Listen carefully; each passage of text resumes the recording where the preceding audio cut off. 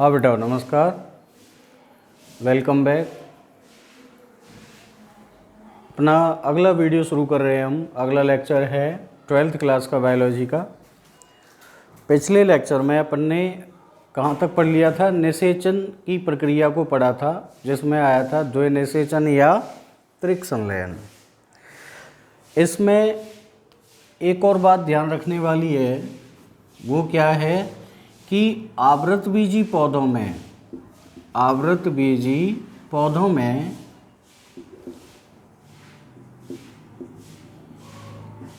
जो निषेचन की प्रक्रिया है, निषेचन या इसको हम क्या नाम देते हैं? संलयन में लगभग 2 से 25 घंटे का समय लगता है। 2 से 25 घंटे का समय लगता है। ठीक है, ये लाइन आपको थोड़ा सा ध्यान रखनी है।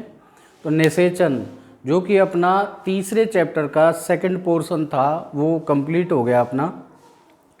अब अपन शुरू करते हैं अपन तीसरा पोर्शन, तीसरे चैप्टर का तीसरा पोर्शन है ना। पहला पोर्शन कौन सा था? परागण। दूसरा पोर्शन निषेचन। तीसरा पोर्शन आता है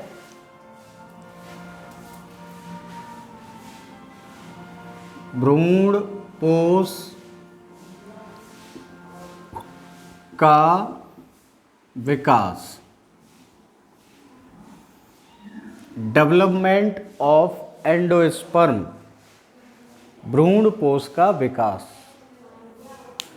भ्रूणपोष के विकास की जो प्रक्रिया है, द्विनिषेचन की क्रिया के दौरान एक नर युग्मक संलयित हुआ था। किससे? अंडकोशिका से, जिससे युग्मज बना था द्विगुणित, और एक नर युग्मक संलयित हुआ था द्वितीयक केंद्रक से, जिससे एक त्रिगुणित केंद्रक बना, जिसका नाम था प्राथमिक भ्रूणपोष केंद्रक। पिछले लेक्चर का ही है ये जो बोल रहे हैं।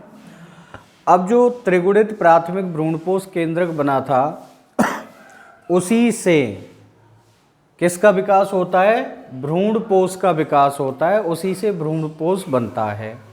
ठीक है, हमने वहाँ पर एक बात और की थी कि आवृतबीजी पौधों में भ्रूणपोष त्रिगुणित होता है, जबकि अनावृतबीजी पौधों में भ्रूणपोष कैसा होता है? अगुणित होता है। उसका कारण भी बताया था। अनावृतबीजी पौधों में भ्रूणपोष निषेचन से पहले बनता है, इसलिए अगुणित होता है, और आवृतबीजी पौधों में भ्रूणपोष निषेचन के बाद में बनता है, इसलिए ये त्रिगुणित होता है। ठीक है, क्योंकि इसका विकास किससे हो रहा है? त्रिगुणित प्राथमिक भ्रूणपोष केंद्रक से। ठीक है, आगे भ्रूणपोष विभिन्न आवृतबीजी पौधों में 2 पॉइंट लिखते हैं इसमें। नंबर 1, भ्रूणपोष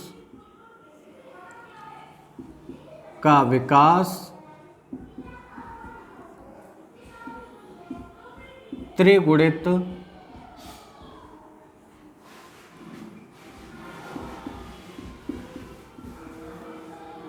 प्राथमिक भ्रूणपोष केंद्रक से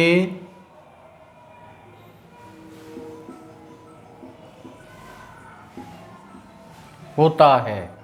ठीक है, दूसरा पॉइंट, विभिन्न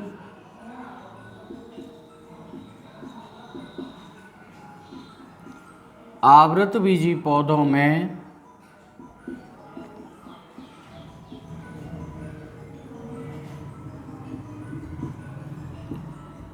निम्न 3 प्रकार के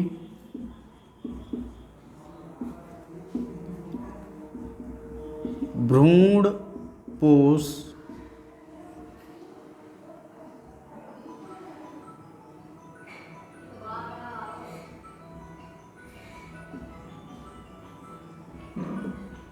मिलते हैं। ठीक है, 3 प्रकार कौन से हैं? नंबर 1,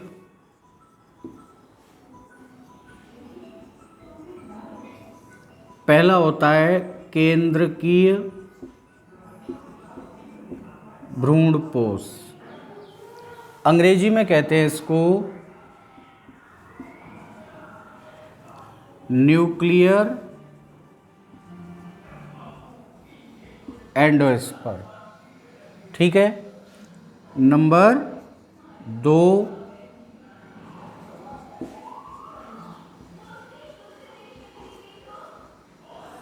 कोशिकीय भ्रूणपोष।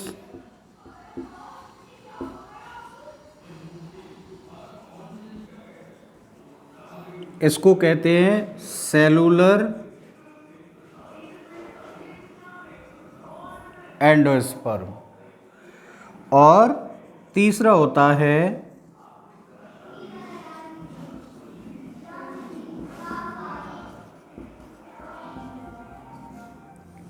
हीलोबियल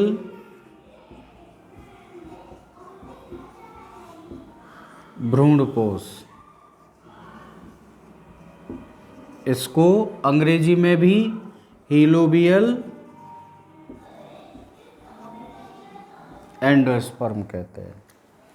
तो भ्रूणपोष के विकास के लिए सबसे पहले हमें आइडिया होना चाहिए कि भ्रूणपोष जो एक क्या है, पोषक ऊतक है, इसका विकास कैसे होगा, कहाँ से आरंभ होगा? तो इसका विकास आरंभ होता है त्रिगुणित प्राथमिक भ्रूणपोष केंद्रक से। ठीक है, जिसका निर्माण कब हुआ था? द्वय निषेचन की प्रक्रिया में। फिर क्या होता है? विभिन्न आवृतबीजी पौधों में, यानी प्रकृति में जो आवृतबीजी पौधे पाए जाते हैं, या आवृतबीजी पौधों की विभिन्न जो प्रजातियां पाई जाती हैं, उनमें क्या होगा? इसमें 3 प्रकार के भ्रूणपोष पाए जाते हैं प्रकृति में। कौन कौन से? पहला नंबर 1 केंद्रकीय भ्रूणपोष, नंबर 2 कोशिकीय भ्रूणपोष, और नंबर 3 हीलोबियल भ्रूणपोष। ठीक है, नाम ध्यान रहेंगे आपको। अब अपन क्या करें? एक एक को 1 बाय 1 क्या करेंगे? एक एक के जो प्रक्रिया है, विकास की प्रक्रिया है, उसको पढ़ेंगे। ठीक है, तो पहला नंबर 1 अपन शुरू करेंगे कौन सा? केंद्रकीय भ्रूणपोष।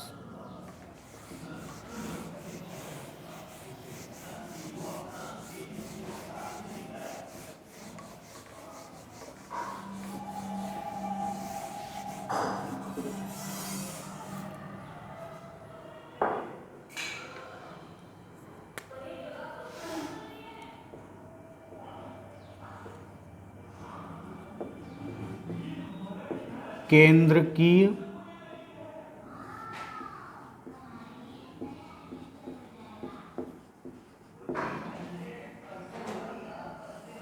भ्रूणपोष।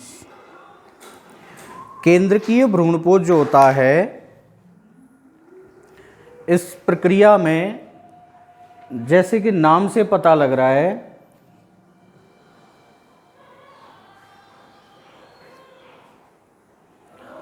कि जो भ्रूणपोष है वो किसका बना हुआ है? केंद्रकों का। ठीक है, तो यहाँ पर हम भ्रूणकोष जैसे बना दें,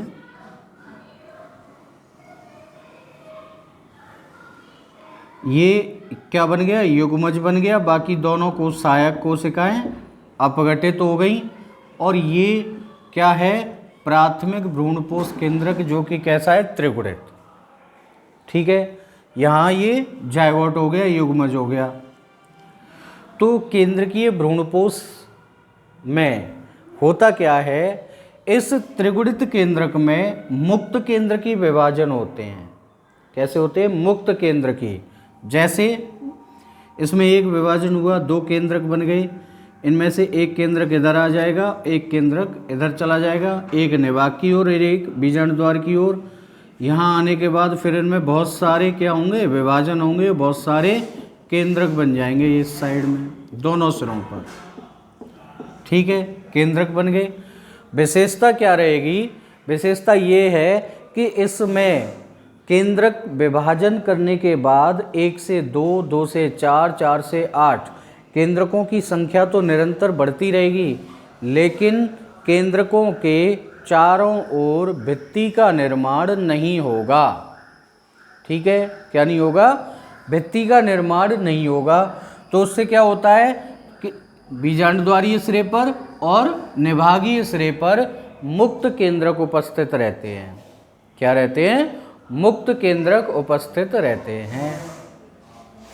अब जब विभाजन पूरे हो जाते हैं केंद्रकों के, तब तक मुक्त केंद्र की अवस्था रहती है, और फिर विभाजन पूरे होने के बाद जब ये परिपक्व होता है, उस स्थिति में सभी केंद्रकों के चारों ओर भित्ति निर्माण प्रारंभ हो जाता है, परिधि से केंद्र की ओर, यानी बाहर से भीतर की ओर, परिधि से केंद्र की ओर, अभिकेंद्री कहते हैं इसको। तो इस तरीके से भित्ति निर्माण प्रारंभ हो जाता है। अब भित्ति निर्माण प्रारंभ हो जाएगा तो अंतिम परिणाम क्या होगा? सारे केंद्रक भित्ति से आवृत हो जाएंगे। ठीक है, यानी विकास की प्रक्रिया जब तक चलेगी, जब तक केंद्रकों में विभाजन होंगे, तब तक भित्ति का निर्माण नहीं होता है। तब तक जो केंद्रक है वो कैसे पड़े रहते हैं? मुक्त केंद्रक ही पड़े रहते हैं, मुक्त रूप से। ठीक है, और केंद्रक कहाँ आ जाते हैं? परिधि की ओर उपस्थित हो जाते हैं सारे केंद्रक, जितने भी विभाजन होंगे यहाँ से केंद्रक कहाँ जाएंगे? परिधि की ओर, विभाजन करने के पश्चात इस तरीके से। तो मध्य में क्या होता है? एक रिक्तिका बन जाती है। ये क्या बन गई? रिक्तिका। ठीक है, मध्य में रिक्तिका बन गई और केंद्रक कहाँ गए? परिधि की ओर व्यवस्थित हो गए चारों ओर। अब इसमें भित्ति का निर्माण शुरू कहाँ से होगा? परिधि से केंद्र की ओर, चारों ओर से, सारे केंद्रकों के चारों ओर। ठीक है, तो इस प्रकार का भ्रूणकोश का विकास कहलाता है केंद्रकीय भ्रूणकोश। क्यों?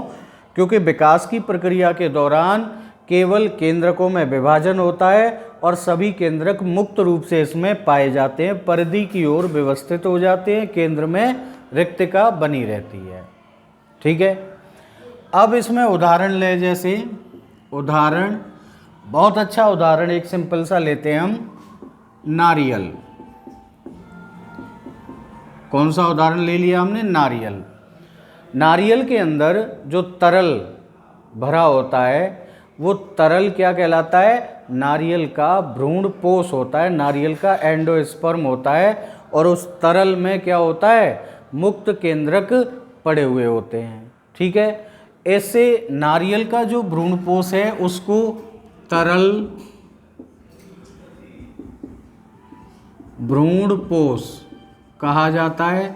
अंग्रेजी में कहते हैं इसको लिक्विड सिंसाइटियम। ठीक है, तरल भ्रूणपोष कहते हैं। तो कुल मिलाकर के केंद्रकीय भ्रूणपोष में फिर से एक एक पॉइंट पढ़ते हैं कि जो त्रिगुणित प्राथमिक भ्रूणपोष केंद्रक है उसमें निरंतर विभाजन होते हैं, उससे केंद्रकों की संख्या बढ़ती जाती है, लेकिन भित्ति का निर्माण नहीं होता है। जो विभाजन के दौरान मुक्त केंद्रक बनते हैं वो धीरे धीरे जैसे जैसे केंद्रकों की संख्या बढ़ती है वो परिधि की ओर व्यवस्थित होते चले जाते हैं। ठीक है, मध्य में क्या बन जाती है? रिक्तिका बन जाती है। और जब विभाजन पूर्ण हो जाते हैं, जब भ्रूणपोष के सारे विभाजन कंप्लीट हो जाएंगे केंद्रक के, उसके बाद में अंत में जब परिपक्वन होता है तब भित्ति निर्माण परिधि से केंद्र की ओर इसमें हो जाता है। ठीक है, उदाहरण क्या लिया इसमें? नारियल। नारियल में जो तरल भरा होता है वो उसका भ्रूणपोष होता है और उसमें मुक्त केंद्रक पाए जाते हैं, इसको कहते हैं तरल भ्रूणपोष, अंग्रेजी में लिक्विड सिंसाइटियम कहा जाता है इसको। ठीक है, दूसरा नंबर 2 होता है कोशिकीय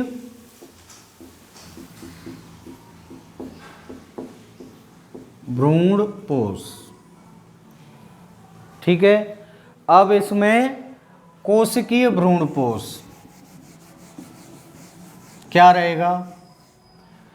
कोशिकीय भ्रूणपोष, जैसा कि नाम से पता लग रहा है, केंद्रकीय भ्रूणपोष में तो हमने पढ़ लिया कि केंद्रक के विभाजन होते हैं और भित्ति निर्माण नहीं होता। लेकिन कोशिकीय भ्रूणपोष में क्या होगा, फिर से हम वही भ्रूणकोश बनाते हैं, यहाँ जायगोट उपस्थित होगा। अब इसमें ये प्राथमिक भ्रूणपोष केंद्रक, इसमें प्रथम विभाजन होने से 2 केंद्रक बनते हैं और इन दोनों केंद्रकों में से एक बीजांड द्वार की ओर और एक कहाँ जाता है, निभाग की ओर आ जाता है। ठीक है, और दोनों के मध्य में भित्ति निर्माण हो जाएगा। फिर उसके बाद में इनमें जैसे अगला विभाजन और हो गया, इससे 2 बन गए, इससे भी 2 बन गए, दोनों के मध्य में भित्ति निर्माण हो जाएगा। फिर मान लीजिए अगला विभाजन और हुआ और 2 की जगह कितने हो गए, अब 4 हो गए। कितने हो गए, 4। इनके मध्य में भित्ति निर्माण हो जाएगा। कहने का मतलब ये होता है कि प्राथमिक भ्रूणपोष केंद्रक में कोशिकीय भ्रूणपोष के निर्माण के समय प्रत्येक विभाजन के पश्चात भित्ति का निर्माण होता है। जैसे प्राथमिक भ्रूणपोष केंद्रक में एक विभाजन हुआ, 2 केंद्रक बने, दोनों के मध्य भित्ति का निर्माण हो गया। फिर उसके बाद दूसरा विभाजन हुआ, 2 केंद्रक हो गए, 4 हो गए, चारों केंद्रकों के मध्य भित्ति का निर्माण हो गया। यानी प्राथमिक भ्रूणपोष केंद्रक के प्रत्येक विभाजन के पश्चात भित्ति का निर्माण होता है। किसमें, कोशिकीय भ्रूणपोष में। और इसी कारण से क्या होगा, ये जो संरचना है वो कैसी हो जाती है, कोशिकीय हो जाती है आरंभ से ही। इसीलिए इसको नाम दिया गया है कोशिकीय भ्रूणपोष। उदाहरण क्या ले सकते हैं हम इसमें, जैसे एक उदाहरण लिया हमने धतूरा, एक और उदाहरण ले सकते हैं पिटूनिया आदि। ठीक है, अब इसके बाद में नंबर आता है किसका, तीसरे भ्रूणपोष का, जिसका नाम है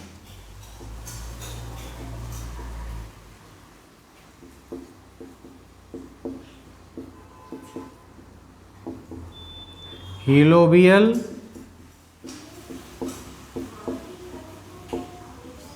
भ्रूणपोष। ठीक है, सबसे पहली बात, जैसे केंद्रक बन रहे हैं, भित्ति निर्माण नहीं हो रहा, तो केंद्रकीय भ्रूणपोष। यहाँ प्रत्येक विभाजन के पश्चात भित्ति निर्माण हो रहा है, यानी कोशिकीय संरचना बन रही है, तो कोशिकीय भ्रूणपोष। लेकिन हीलोबियल भ्रूणपोष नाम क्यों दिया गया है, इसकी 2 बातें हैं प्रमुख। पहली बात तो ये है कि यह भ्रूणपोष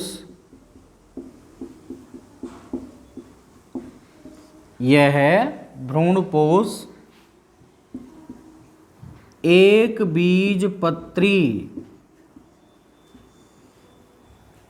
जानते हो आप, आवृतबीजी पौधों को भी आगे डिवाइड किया गया है, किसमें, 2 समूहों में। कौन कौन से, द्विबीजपत्री और एक बीजपत्री। ठीक है, ऊपर ये उदाहरण लिए गए हैं, धतूरा, पिटूनिया, ये जो उदाहरण है दोनों कैसे हैं, द्विबीजपत्री के हैं।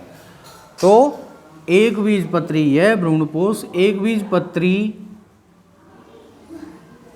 के हीलोबी गण के पौधों में मिलता है। ध्यान रखने वाली बात है। ध्यान रखने वाली बात क्यों है, क्योंकि एक बीजपत्री के हीलोबी गण के पौधों में इस प्रकार का भ्रूणपोष पाया जाता है और इसी वजह से इसको नाम दिया गया है हीलोबियल भ्रूणपोष, इसके आधार पर। ठीक है, दूसरी बात ये है कि यह भ्रूणपोष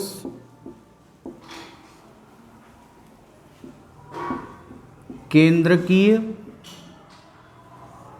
एवं कोशिकीय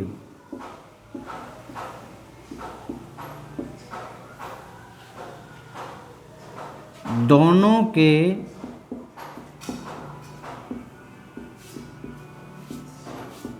मध्य का है। यह भ्रूणपोष केंद्रकीय और कोशिकीय दोनों के मध्य का है ना। अब मध्य जो शब्द ले रहे हैं हम, वो किस आधार पर ले रहे हैं? विकास के आधार पर। हिलोबियल भ्रूणपोष का विकास जो होता है वो केंद्रकीय और कोशिकीय दोनों के मध्य का, यानी दोनों का मिक्सिंग तरह का विकास है। ठीक है, किस तरीके से होता है इसमें सबसे पहले क्या होगा?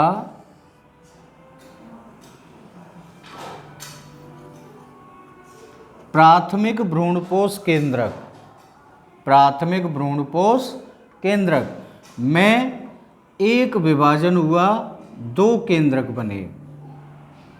एक विभाजन हुआ, कितने केंद्रक बन गए? दो। लेकिन भित्ति का निर्माण अभी नहीं हुआ। ठीक है, अब ये केंद्रक एक पहुंचता है निभागीय सिरे पर और एक पहुंचता है बीजांड द्वारीय सिरे पर। उसके बाद में क्या हो जाएगा? भित्ति निर्माण हो जाता है। प्राथमिक भ्रूणपोष केंद्रक में एक विभाजन से दो केंद्रक बने, जिनमें से एक पहुंच गया निभाग वाले सिरे पर और एक आ गया बीजांड द्वारीय सिरे पर।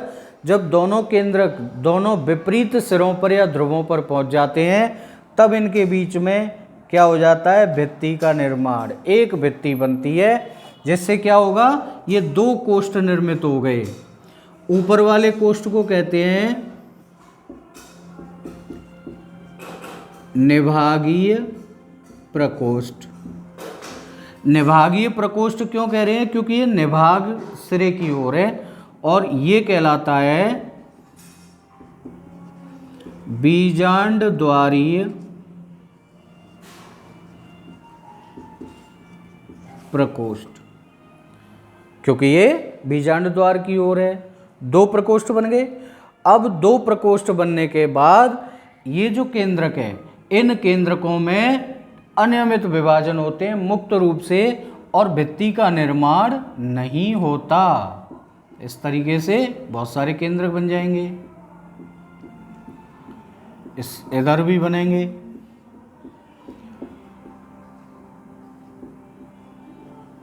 ठीक है, बहुत सारे मुक्त केंद्रक बन रहे हैं, लेकिन भित्ति का निर्माण नहीं हो रहा है।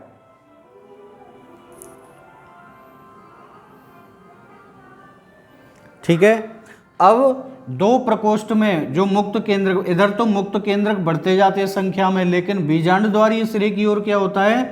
केंद्रक का विभाजन हुआ, भित्ति निर्माण साथ ही साथ हो जाता है। तो ये जो बीजांड द्वारीय सिरा है, ये तो कैसा हो जाता है? कोशिकीय। कैसा हो जाता है? कोशिकीय। और निभागीय प्रकोष्ठ रहता है कैसा? केंद्रकीय। तो ये दोनों प्रकार के भ्रूणपोष का मिला जुला रूप है, विकास में भी संरचना में भी। इसलिए इसको मध्य प्रकार का भ्रूणपोष भी कहा जाता है। लेकिन विशेषता क्या है? केवल एक बीजपत्री के हीलोबी गण में पाया जाता है, इसलिए इसको नाम दिया गया है हीलोबियल भ्रूणपोष। ठीक है, तो ये तीन प्रकार के प्रकृति में जो आवृतबीजी पौधे पाए जाते हैं, उनमें ये तीन प्रकार के भ्रूणपोष मिलते हैं। आगे इसका जो निभागीय सिरा निर्मित हुआ या इनके जो भ्रूणपोष बनते हैं, उन भ्रूणपोष के जो निभागीय सिरे, किसी भ्रूणपोष का बीजांड द्वारीय सिरा, इनसे क्या होता है? एक तंतुनुमा संरचना निर्मित होती है और वो तंतुनुमा संरचना बीजांडकाय और बीजांड के विभिन्न ऊतकों में धंस करके उनसे पोषण प्राप्त करती रहती है। ठीक है, उन पोषणों को ग्रहण करने के बाद ये पोषण कहाँ आते हैं? भ्रूणपोष में आते हैं। और भ्रूणपोष से किसको मिलते हैं ये पोषण? युग्मज से जब भ्रूण का विकास होता है तो विकसित होते हुए भ्रूण को मिलते हैं। ठीक है, तो ये प्रकृति में तीन प्रकार के भ्रूणपोष पाए जाते हैं। ठीक है। हीलोबियल के लिए विशेष रूप से ध्यान रखना है आपको, एक बीजपत्री के हीलोबी गण में पाया जाता है ये, इसलिए इसको हीलोबियल कहा जाता है। चलिए आगे, अब 3 प्रकार के भ्रूणपोष हमने पढ़ लिए, विकास की प्रक्रिया पढ़ी, किस तरीके से होता है इनका विकास। अब आगे आता है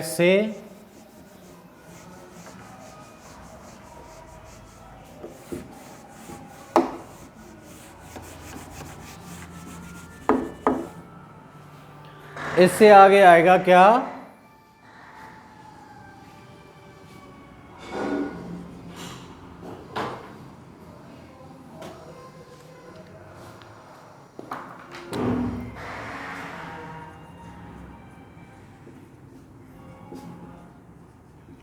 भ्रूणपोष का कार्य,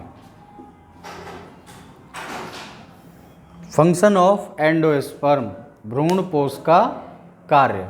ठीक है, अब भ्रूणपोष का कार्य पढ़ना है, भ्रूणपोष पढ़ लिया, कार्य आपको मैं एक हिंट दे देता हूँ, जो हमने द्विनिषेचन का महत्व पढ़ा था वही भ्रूणपोष के कार्य हैं।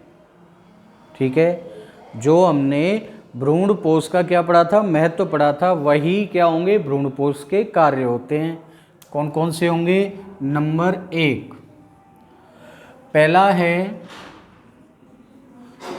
भ्रूणपोष एक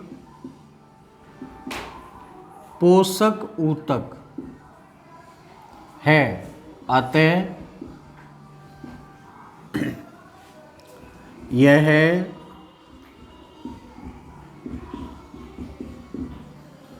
विकसित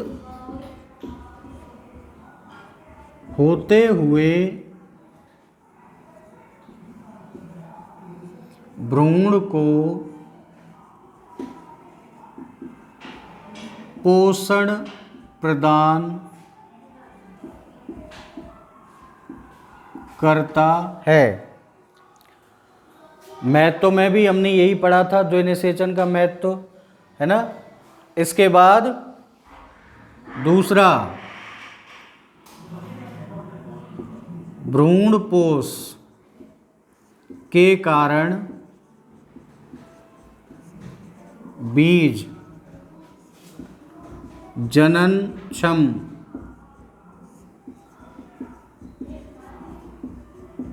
बने रहते हैं। तीसरा,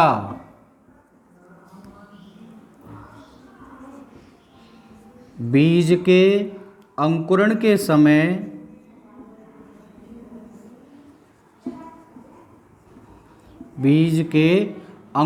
समय भ्रूण को भ्रूणपोष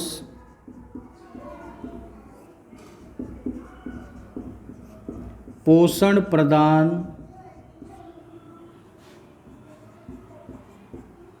करता है, अतः यह अंकुरण में भी